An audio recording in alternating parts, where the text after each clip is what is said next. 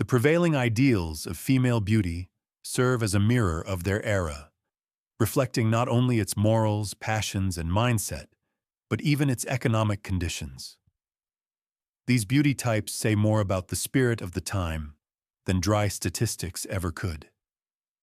It's no coincidence that over the course of the 20th century, society's beauty ideal shifted dramatically, from robust, masculine women to delicate fairy-like figures, and eventually to awkward, angular adolescents. These transformations in collective taste were anything but random.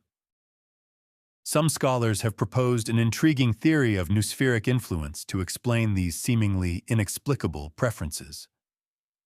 According to this theory, the noosphere, the realm of human thought and consciousness, affects individuals' biofields, which in turn connect to a collective consciousness. History offers countless examples of this crowd mind in action. Local surges of mass hysteria, uprisings, political revolutions, and frenzied fan worship, as well as global phenomena like world wars or society-wide obsessions with certain celebrities. In this article, we'll touch on this paradoxical and rather fashionable theory, sketching how society's desires evolved across the decades of the 20th century. In the early 20th century, cinema introduced a new wave of feminine beauty. One day, the doors of the Biograph studios swung open, and in walked a young girl wearing a hat with a pink ribbon. Her name was Lillian Gish. Director D.W. Griffith, known for his explosive temper, practically devoured her with his eyes, instantly recognizing a future star. Blushing, lips moist, the timid girl made her first impression, and with that, the era of silent film's greatest actress began. Griffith, obsessed with his dream girl, subjected the underage Lillian to grueling on-screen ordeals. He dressed her as a 60-year-old woman, had her beaten, drowned, burned, and assaulted again and again. Even her portrayal of Ophelia was reimagined by Griffith as that of a deranged prostitute, complete with red stockings wrapped around her neck instead of a scarf. Audiences went wild. Just the sight of her made men want to abandon civilization and follow her into the wilderness. She earned only $5 a week, but her hold over the public was immeasurable. Was this some form of mass hypnosis? Meanwhile, in Russia, the screen was lit up by Vera Kolodnaya, the greatest star of Russian silent cinema, whose life and death are steeped in legend. Some claimed a jealous lover poisoned her with white lilies, knowing she would inhale their deadly fragrance as she lay with another. The official cause was a common cold, but men in love with her refused to believe something so mundane. Her black lace dresses, long fringed shawls, and graceful curves were intoxicating. No one, not the austere intellectual, the dreamy decadent youth, nor the refined aristocrat, could tear their eyes away from her hands, her gaze, her white shoulders. Alexander Vertinsky considered her his muse and dedicated songs to her, including the famous line, "Your fingers smell of incense, and sorrow sleeps in your lashes." Her allure was never rooted in physical eroticism. Instead, it was born of elegance, fluidity, and a mysterious, refined sensuality, something otherworldly, unreachable in ordinary life. Kolodnaya was the embodiment of Russian decadence, an age of decline and yearning for the ethereal. Screenwriter Alexei Kapler recalled, "The audience was like a single being under hypnosis. After the screening, I would hide my tear-streaked face. I snuck into the cinema any way I could, even when children weren't allowed, just to watch her. And I couldn't stop watching." The West fell to its knees before Greta Garbo, though her appeal was of a very different kind. Upon seeing this broad-shouldered figure with thin arms and legs, barely recognizable as a conventional young woman, producers were baffled. Perhaps it was because they didn't want to sleep with her. Garbo's allure wasn't physical, but metaphysical. One evening, uninvited, Garbo appeared at a Hollywood party. Her head was held high, lashes lowered in a tragic pose, her soldier-like back sensually revealed by the deep V-cut of her gown. "I'm so tired," she sighed as a greeting, demanded wine, and declared she wanted to dance the tango. She chose a woman as her dance partner, gripping her tightly the entire time, scandalizing onlookers. Men whispered in awe, "Who is that Sphinx?" Soon, the Sphinx became a legend. Audiences didn't idolize her because they wanted to be her or have her. She stood as a symbol of fatal love, fatal death, fatal life. Some say Greta Garbo was summoned by the Great Depression and the European avant-garde, a time of disillusionment with bourgeois values and a hunger for new forms of expression. Meanwhile, in Russia, a new actress emerged, often called a parody of Garbo, Alexandra Koklova. She was bony, not classically beautiful, yet undeniably seductive. Film executives recoiled at her horse-like grin, but couldn't look away from her mischievous eyes and endlessly long legs. Her husband, director Lev Kuleshov, believed actors were, above all, physical performers, and the body was everything. Koklova's body was given free rein. She ran across rooftops with her skirt hitched up, tumbled and played the fool on camera, showcasing incredible flexibility.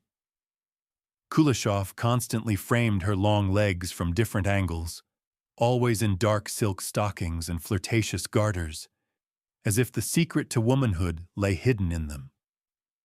Her legs became her signature, her calling card. Kuleshov often told aspiring actresses, "If you want to be in films, buy yourself new garters." What gave rise to her appeal? Was it Soviet power's push for a new, liberated image of womanhood? Or was it simply the result of Koklova's own cinematic experimentation?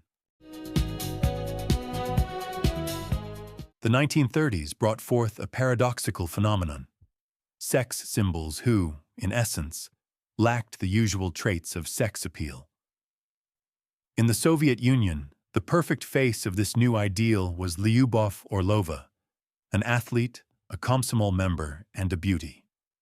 She could sing and dance, had a velvety voice, and played up a slightly exaggerated silliness that only added to her charm. She fit any role, from Cinderella to model worker, yet always remained unmistakably herself. Stalin reportedly laughed until he cried at her performance as Strelka, flailing in the middle of the Volga and gasping, "Water!" Orlova had a fine figure, but she lacked that elusive spark. That's something that defines a sex symbol.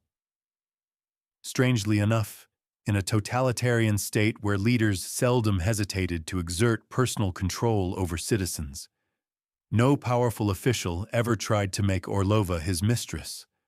Why did sex symbols of the 1930s lose their traditional erotic charge? Perhaps authoritarian regimes demanded a different kind of heroine, one who symbolized purity, hard work, and loyalty to ideals, rather than overt sexuality that might distract from state goals. At the same time, in the West, the star of Marlene Dietrich was rising. When director Josef von Sternberg, who made her a star, first saw her photograph, he said, "Nice ass, but what we need is a face, right?" And perhaps that's the key. The creators of sex symbols had begun to prioritize expression, mystique, and symbolism over physical eroticism. Sternberg crafted Dietrich's image with such precision that it wasn't long before fans were literally falling to their knees before this goddess. But theirs was a strange passion. It's nearly impossible to imagine Marlene Dietrich naked. She didn't exist outside of her iconic black attire, which became like a second skin. She embodied androgyny and enigma. It was Dietrich who first brought bisexual fashion into the mainstream, donning a tuxedo in Morocco and scandalizing the prudish public. After the film's premiere, the male executives at Paramount were so rattled that they forbade their wives from wearing anything but skirts. Meanwhile, in Nazi Germany, the enchanting Marika Ruck, much like Lyubov Orlova, sang, danced, and was cheered by crowds in uniform. But Ruck had something Orlova didn't: a touch of ambiguity, a subtle hint of the devilish. She had been trained at the famed Moulin Rouge, where she honed the poise of a true showgirl. Even Hitler himself was among her admirers. At one ball, he approached her and whispered something intimate into her ear. Ruck laughed and replied. Surprised, the Führer asked, "What can't you do?" She answered, "Speak German," likely charming him even more with her blunt spontaneity. And yet, just like Orlova, Ruck had no known affairs with high-ranking Nazi officials. Why not? It's possible that even in Nazi Germany, where some sexual ambiguity in art was tolerated, there were firm boundaries in place for the ruling elite. The ideal image of the woman, as mother and guardian of the hearth, remained untouchable. During World War II, two great nations experienced two grand love stories, but symbolic, not real ones. In Moscow, poet Konstantin Simonov fell in love with actress Valentina Serova. Before leaving for the front, he dedicated to her his immortal poem, "Wait for Me." These lines became a national anthem of hope and longing, recited across the Soviet Union. Serova was cherished by the state, yet closely watched. Yesterday, she wore too daring a dress. Today, she was flirting again. As the unofficial standard of the Soviet beloved, she was not allowed to lose so much as a pound. Her image had to remain unchanged. Soldiers called her the soldier's Madonna, and thousands copied "Wait for Me" into their letters from the trenches, helping wives and lovers across the country endure the war. The paradox? Serova, the national symbol of fidelity, was unfaithful to Simonov. But the nation saw not the real woman, but what it needed to see. In America, passions flared too. Vivien Leigh came to Atlanta to play Scarlett O'Hara in Gone with the Wind, even while in London, her lover Laurence Olivier was struggling to finalize his divorce. That made her, in the eyes of many, the mistress of a married man. Producers were alarmed. They had already passed on the charming Paulette Goddard for the same reason, an out-of-wedlock romance with Charlie Chaplin. They were wary of casting yet another immoral woman in the role of a national heroine. But they knew what the public subconsciously wanted to see on screen: a strong, passionate woman who could survive anything. Vivien Leigh, an alumna of the Jesuit-run convent of the Sacred Heart, with her large Eastern eyes and sensual mouth, fit the part perfectly. So the producers looked past her turbulent love life, which included a string of passionate affairs. And then came the day when Rhett Butler met Scarlett and said, "You, miss, are no lady, but you've got more charm than the law allows." And another day, when audiences blushed as they watched that long, intense kiss between Scarlett and Rhett. Vivien Leigh's Scarlett captured the hearts of not just American men, but women too, becoming a symbol of both resilience and femininity. Only Margaret Mitchell, author of Gone with the Wind, muttered wryly, "How low this nation has sunk, if a prostitute is now its heroine." a cutting reminder of how often public perception strays far from private reality. Post-war America was ready to cheer on its first official sex symbol, Marilyn Monroe. This rosy-skinned girl was someone every man, whether an accountant or a fresh army recruit, could easily imagine in his bed, at least in his dreams. Marilyn realized she was a star the moment she noticed how producers reacted to her signature wiggle, a walk she never changed. "Isn't she just the cutest little fool?" That's how most people saw her. Audiences watched breathlessly as her skirt billowed higher and higher over a subway grate, and she tried to press it down, blushing and smiling. Pure magic. Marlene Dietrich, watching the world embrace Monroe, expressed her jealousy. "In my time, the very idea of showing an actress's backside was considered indecent.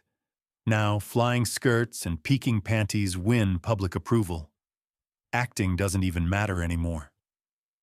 Marilyn was insulted on a daily basis, yet she proudly flaunted her body, whether performing for American soldiers in Vietnam or standing before the president himself.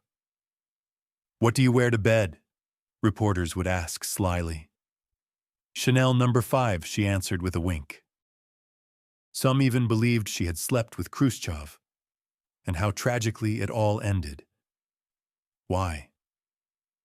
Her downfall, perhaps, stemmed from the irreconcilable gap between the image created for the masses and the fragile person she truly was. Around the same time in Europe, another sex symbol was rising: Brigitte Bardot. Echoing Hamlet, she indignantly repeated, "You can upset me, but you can't play me." After Roger Vadim's film And God Created Woman, Bardot became the French Eve, a symbol of freedom and sensuality. Her image evoked powerful associations: golden sunshine, golden hair, golden skin, golden sand beneath her feet, the very sand millions of men longed to kiss. Bardot rarely appeared completely nude on screen. Instead, she flirted with the audience, teasing them with glimpses, only to slip away with characteristic French ease until the next scene. And those scenes were plentiful. For Europe, Bardot was what Monroe was for America: the embodiment of the sexual revolution and female emancipation. Yet strangely, America never fully embraced Bardot. Why? Perhaps her brand of European sensuality was too refined, too subtle for the more direct American taste in sex symbols. The first universal women appeared long before Demi Moore. Italians, passionate, traditional, family-oriented, adored curvy women. As a religious people, they preferred devoted wives. As a sensual people, they had many children. And since divorce was banned until recently, they indulged in fantasies at the cinema with glamorous screen goddesses. In the 1950s, Italian films saw a bust war erupt between two iconic stars, Sophia Loren and Gina Lollobrigida. Loren ultimately won, largely because she married visionary producer Carlo Ponti, who entrusted her with portraying the universal Italian woman, the one who could stir the soup with one hand and caress her husband with the other, all while exuding femininity and passion. In Yesterday, Today, and Tomorrow, Loren starred alongside Marcello Mastroianni in a now classic erotic scene. "Did you go pee, Filippo?" to her son. "Did you undress, Mario?" to her husband. "Ready, bambino? Good night." Again to her son. "Ready? I'm coming." to her husband. The universal woman begins a seductive striptease, only to be met with the snoring of her husband, who fell asleep waiting. The scene, full of humor and irony, perfectly captured the double bind of Italian womanhood: balancing the roles of mother, lover, and homemaker. In the USSR, sex bombs didn't strip down on screen because they were about to make love, but because they were going swimming. In the film 3+2, audiences spent over an hour watching two women, Natalia Fativa and Natalia Kustinskaya, in swimsuits. On Soviet screens, it was usually Western sex symbols who portrayed lovers. If a Soviet woman dared to, she had to play a girl of loose morals, like Svetlana Svetlichnaya. With her eyes lined in foreign mascara, Svetlichnaya seduced both Stierlitz in 17 Moments of Spring and Yuri Nikulin in The Diamond Arm. Her striptease, down to her swimsuit, observed in stunned disbelief by the hapless Semyon Semyonovich Gorbunkov, became a national sensation. It marked a slow erosion of censorship and the emergence of sensuality in Soviet cinema.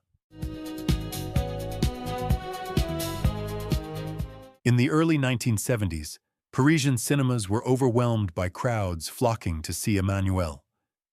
Half the audience? Women. No one knew the name of Dutch model Sylvia Kristel at the time, but every 10 minutes, she not only undressed, she also did it. The film brought the genre of soft-core erotica out of the shadows and became a revelation for hundreds of thousands of housewives, just like Emmanuelle. They discovered what a free marriage meant. A woman could love whomever she pleased, then tell her husband about it. That true husbands would send their wives to professional lovers to learn the art of passion.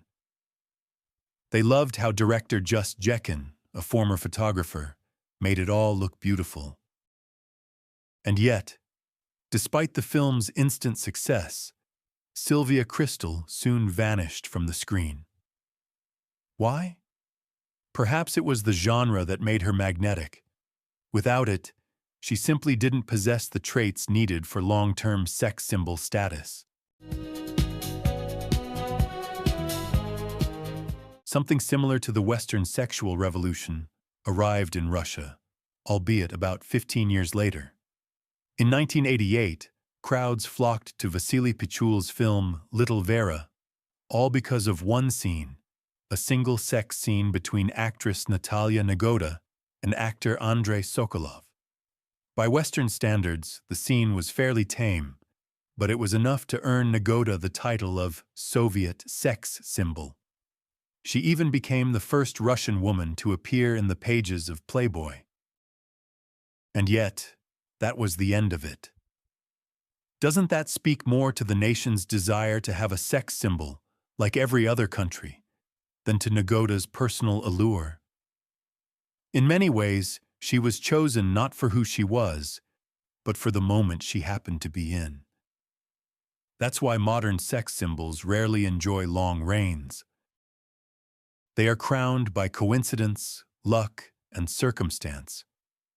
Jessica Lange's, King Kong's beloved, was hailed as a sex symbol after her steamy scene with Jack Nicholson in The Postman Always Rings Twice, but the title didn't stick for long. Brigitte Nielsen rose to sex symbol status during the craze for surgically enhanced bodies, reflecting a shift toward artificial perfection. The rapid rise and fall of Luc Besson's women, Anne Parilode and Natalie Portman, illustrated just how fleeting that spotlight could be. After Léon, the professional, it seemed Portman might stay on her pedestal, but she refused to play Lolita, and audiences lost interest in her other roles, showing how vital it is to land in the right role. The love scenes in 912 Weeks briefly elevated Kim Basinger to stardom, but only briefly. Every woman who's worn the crown did so thanks to timing, luck, and a single breakthrough moment. Sharon Stone, despite numerous roles and multiple Playboy appearances, only became a global sex symbol after one provocative act, choosing not to wear underwear in Paul Verhoeven's Basic Instinct. It hit the cultural bullseye and made her an icon. A single daring gesture created a legend. The same effect worked for Demi Moore, who appeared nude and pregnant on the cover of Vanity Fair. But unlike Stone, Moore managed to stay on top. She's still widely seen as the ultimate sex symbol, even when she shaved her head for G.I. Jane. That buzz cut sparked a wave of admiration, proving once again how fluid and unpredictable the standards of sexual appeal really are. As the 20th century drew to a close, Demi Moore emerged as its ultimate sex symbol. To many, her success remains a mystery. On paper, there's nothing particularly exceptional about her. Her star qualities all rate about a solid B. She wasn't young, wasn't the greatest actress, and having 3 children had clearly left its mark on her figure. Yet $12 million for bearing it all in striptease and her status as a top-tier celebrity speak for themselves. Critics and audience polls alike named her the ideal sex symbol of the late century. According to Hollywood image makers, this universal type, possessing many good but not overly exceptional traits, would continue to attract people for a long time. Still, no one can say for sure what precise qualities define this ideal, or in what proportions. Some speculate that image consultants and psychologists working in the celebrity labs of Hollywood have already discovered the secret formula, but are keeping it tightly under wraps.